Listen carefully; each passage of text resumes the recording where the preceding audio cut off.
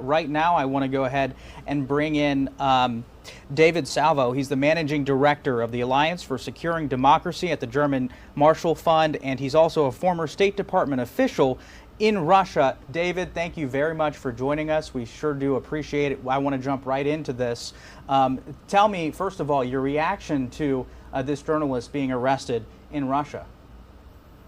It's a really scary development and truly an escalation. We haven't seen the Russian government imprison a journalist since the 1980s when it was the Soviet government. So this is a real chilling, reminder to journalists and Western governments, Western countries, that Russia does not respect media freedom right now, and this is really a troubling development. Now, what do you think? Where do you think this is going to go from here? There's been talks about a potential prisoner swap. We spoke with some experts who have said that this was a tactic that the former Soviet Union used back during the Cold War, often arresting American journalists and then exchanging them. But what do you think is going to happen here? Any word on whether or not this American may be brought home safely? Well, yeah, I think all indications point to this being a retaliation for the United States essentially convicting a Russian intelligence officer in absentia, Sergei Cherkasov. He's someone who's sitting in jail right now in Brazil for fraud charges, but he has been convicted in the United States of espionage. He was here posing as a Brazilian student in Washington, D.C., graduate student. So I imagine that the Russian government decided to make a move against Mr. Gershkovich specifically for trade bait, and I imagine there'll be negotiations between the State Department and the Russian Ministry of Foreign Affairs to that effect. Now, there's also been conversation that this may be used in Russia's new and latest campaign to enlist folks in the military. As we all know, during its battle and its war with Ukraine, Russia has certainly struggled to get the numbers that it needs to continue that assault. Is that being used as media fodder? Well, I think Russia is looking for any sort of victory it can get to essentially rally the nation behind this woe-begotten war in Ukraine that's dragged on way longer than anybody in Russia anticipated.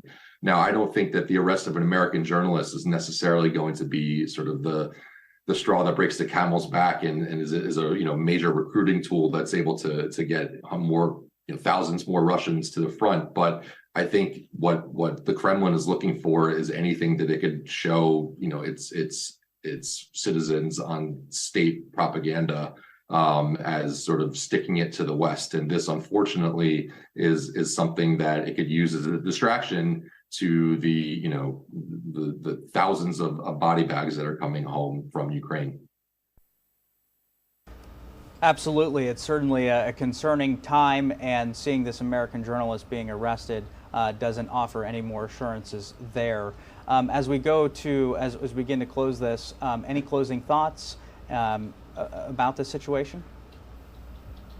Yeah, I mean, look, this is a terrible situation. I feel for Evan. I feel for his family. I feel for the Wall Street Journal. My hope is that there is a hotline between the State Department and the Ministry of Foreign Affairs, not necessarily a hotline, but a channel of communication specifically on these sorts of prisoner exchange situations. And my guess is the Biden administration is probably taking this very seriously. The State Department surely is. I'm hopeful that we will be able to work out some sort of arrangement for Evan to come home sooner rather than later. But it is a real chilling reminder of the direction that Russia is going as a country and as a player on the global stage. It is really troubling. Can you talk to me about the state of the free press and the state of media in Russia? What does it look like there? What are the challenges that journalists working in that country are facing? And many in the West have regarded this as essentially an abolishment of the free press in Russia. Do you agree with that? I do, although I think that the free press has already been extinguished in Russia. Essentially, all independent Russian media have either been shut down or forced to go into exile outside of Russia's borders.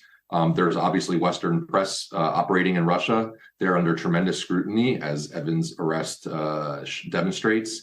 They do their jobs to the best they can, but really the Russian government sees a free press as an enemy. It sees it as an instrument to showing the truth behind its corrupt authoritarian regime.